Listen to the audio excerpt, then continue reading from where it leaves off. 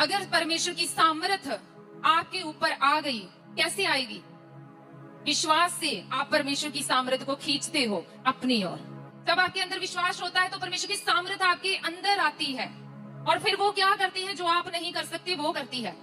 वो काम होते हैं जो आप नहीं कर सकते, जो थक चुके हो आप कि नहीं ऐसा नहीं होगा, मैंने बहुत बार ट्राई किया, ऐसा नहीं हुआ, डॉक्टर ने बोल दिया है कि अब कुछ नहीं होगा।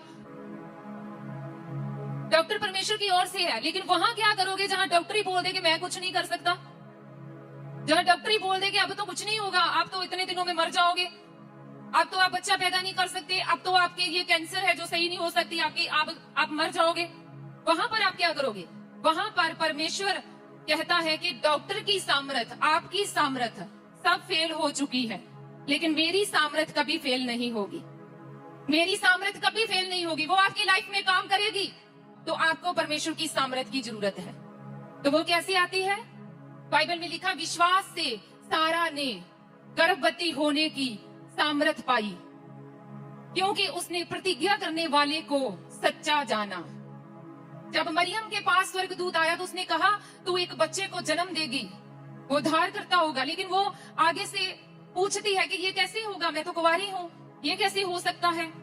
तो स्वर्गदूत ने कहा, परमेश्वर की सामर्थ तुम्हारे ऊपर उतरेगी, तुम उस सामर्थ से गर्भवती होगी। किससे?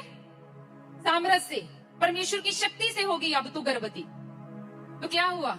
परमेश्वर की शक्ति से प्रभु यीशु मसीह पैदा हुए, और इसहाक भी परमेश्वर की शक्ति से ही पैदा हुआ था। इंसान की शक्ति खत्म हो चुकी थी।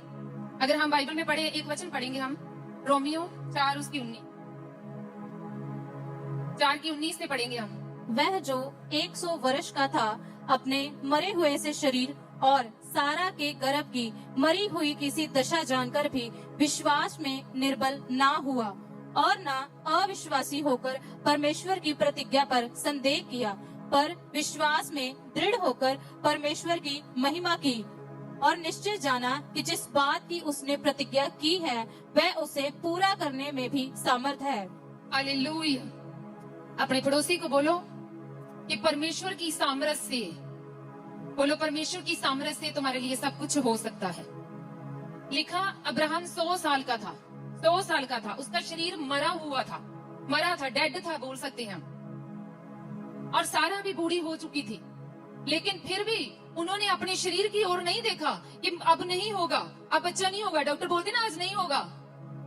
आप डॉक्टर की बातों पर विश्वास कर सकते हो या परमेश्वर की बातों पर विश्वास कर सकते हो? तो क्या हुआ? उसने, अब्राहम ने भी क्या बोला कि जिसने हमसे वादा किया है, प्रतिज्ञा की है, वो इस वायदे को पूरा करने की सामर्थ्य रखता है, वो इस वायदे को पूरा करेगा। और उन्होंने, परमेश्वर ने जो उनकी लाइफ में बोला था वो ही अपनी लाइफ में होता हुआ देखा। क्या आपके अंदर ऐसा विश्वास है? कितने लोग अपने हाथों को उठाएंगे?